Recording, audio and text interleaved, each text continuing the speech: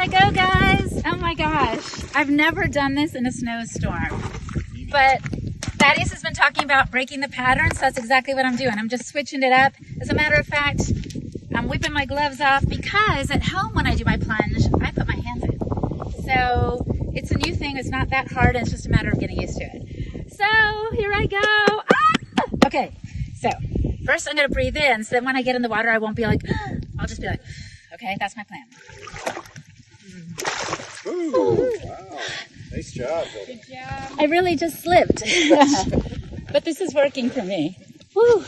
I got to breathe. Exhale.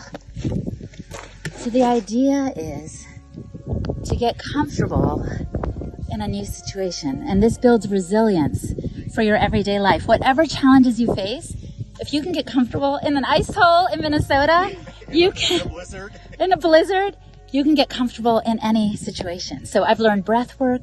I've learned mindfulness. I've learned I'm capable of more than I ever thought. As Wim Hof says, the cold is your teacher.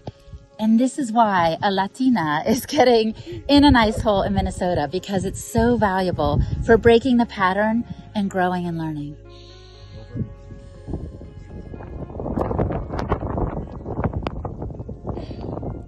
Wow. This is novel. I love it so much. And that's one of my little Jedi mind tricks too, is I say to myself, yes.